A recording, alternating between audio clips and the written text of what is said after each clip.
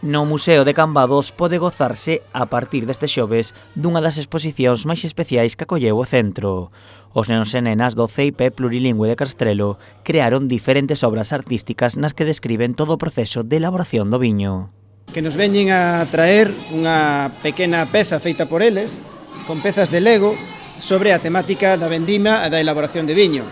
Entón, este era un proxecto que fixeron desde o cole, e nunha visita que fixemos ali, nos amosaron a súa disposición a expoñelo en algún sitio en Cambados, e que mellor sitio que o Museo de Viño cando se trata dunha peza que vai sobre a vendimia. No centro escolar dedican cada ano actividades a poñer en valor algún dos sectores importantes na vila. Esta edición o escollido foi o da viticultura. Cada curso centrouse en realizar unha obra diferente. Quinto de primaria elaborou unha representación da vendima con pezas Lego que estaban motorizadas e mecanizadas con motores. Sexto de primaria fixo un vídeo audiovisual tratando tamén o tema de vendimia.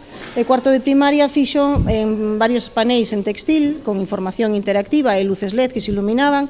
Entonces, dentro do centro fomentamos moito o traballo da contorna, da nosa contorna. As maquetas incluso conteñen partes robóticas con movimentos. O alumnado gozou coas creacións e demostrou o aprendido.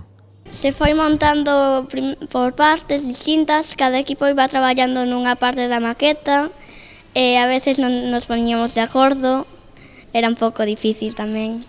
A turbina eólica ten que, cando hai moito vento, chega a un punto que vai a romper, pero cando hai pouco vai máis despacio.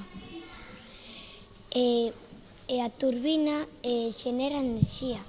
A mostra estará exposta de maneira temporal, pero polo de agora non ten data de finalización.